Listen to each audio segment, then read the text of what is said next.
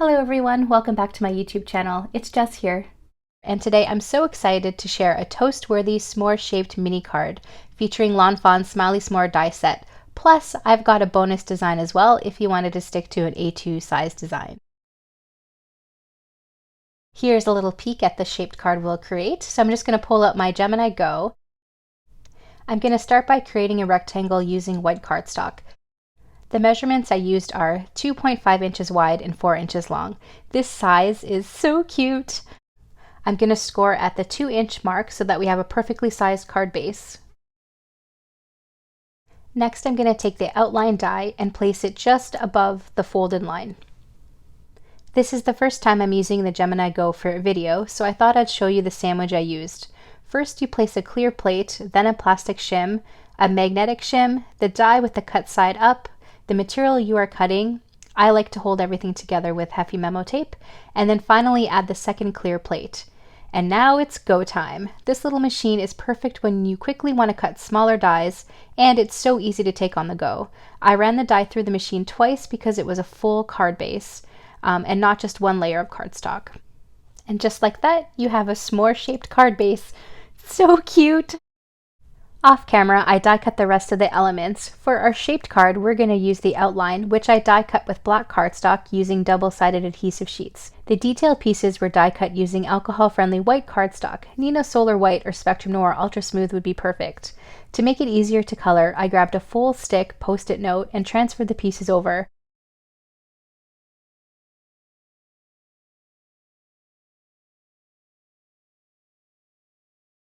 When I was creating this, I had forgot that I had added double-sided adhesive sheets to the second s'more pieces, and I discovered a really handy trick. Be sure to tune in and see what happens.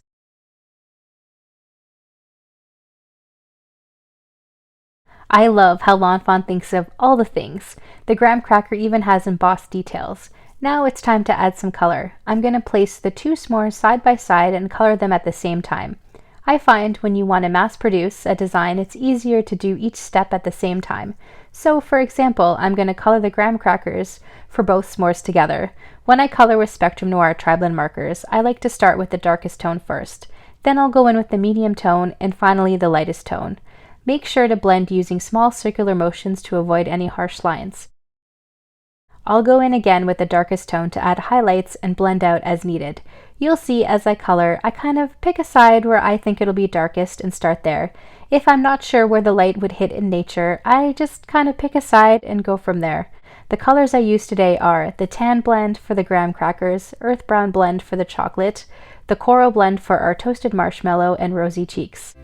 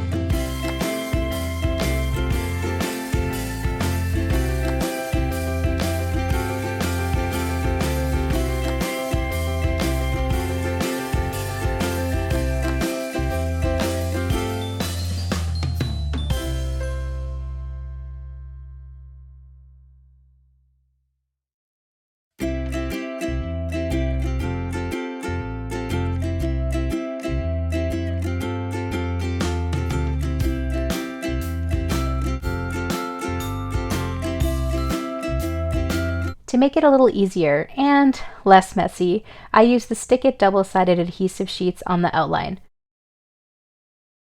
You could also use liquid glue, but I wanted to avoid a mess today. Now I'm going to start to assemble all the pieces together using my tape runner. This is relaxing. It would be so fun to die cut a bunch and assemble while watching TV, or it would be a fun craft project with the kids. I would probably reach for my We Are Memory Keepers envelope board to make a mini envelope, or I would hole punch so I can add twine and add this to a little gift bag. This is perfect for a camp counselor thank you card, or it would be a really cute end of summer gift attached to a s'more kit. If you're into scrapbooking, they would make a perfect border layout for a camping page. Ah, scrapbooking.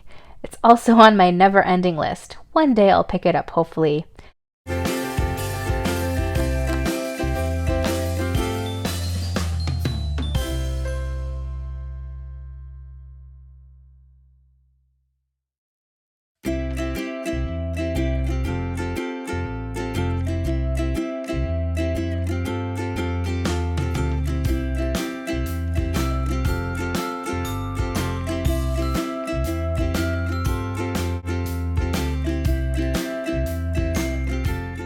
I can't get over how cute this little guy is. He even stands up. Now for our bonus design. Off camera, I die cut an A2 size stitched rectangle with craft cardstock and added an MFT square scalloped frame for my stash. I also have a piece of Bristol Smooth cardstock that will ink blend in a little bit. This time, instead of using the frame and adding the eyes and mouth, we are going to die cut the outline using black cardstock. So this kind of avoids any of the little pieces, getting stuck in liquid glue, for example. This is where my mind was blown a little. I had forgotten that I added stick-it sheets to these pieces before I ran them through my die cutting machine. If you look closely, you'll notice the post-it note actually removed the stick-it backing automatically. I was able to adhere directly into place. Amazing. I'm going to definitely keep this little trick in my back pocket. If you've used double-sided adhesive sheets, you'll know sometimes removing the backing isn't the easiest, especially for smaller pieces. So I'm glad I discovered this little hack. Next, we're going to add a little color with our oxide inks in Picked Raspberry, Kitsch Flamingo, and Spun Sugar. Most of the background will be covered, so I'm not worrying too much to make it a perfect blend.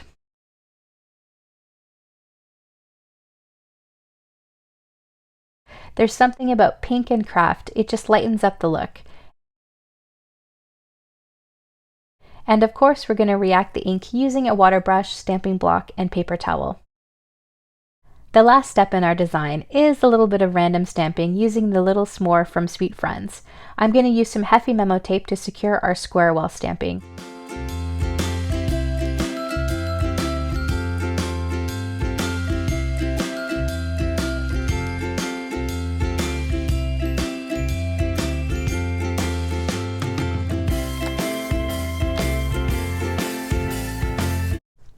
When I create a random pattern, I like to make sure that some of the images are stamped off the page for a continuous look. We're going to stamp our mini s'mores using Calvin Polar's Sandcastle.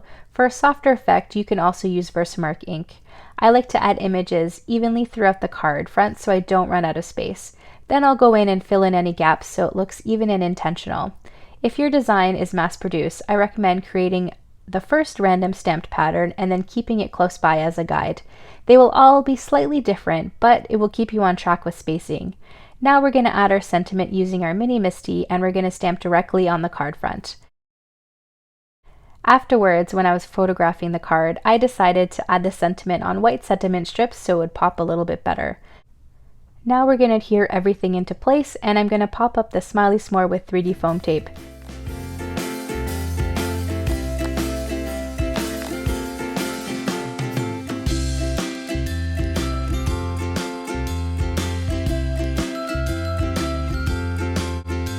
To finish off the card, I added coordinating Studio Catches sequins. And here are our cards. So cute! These definitely make me want to spend a night around a bonfire roasting marshmallows. If you like this video and you want to see more, don't forget to hit the like and subscribe button. Until next time!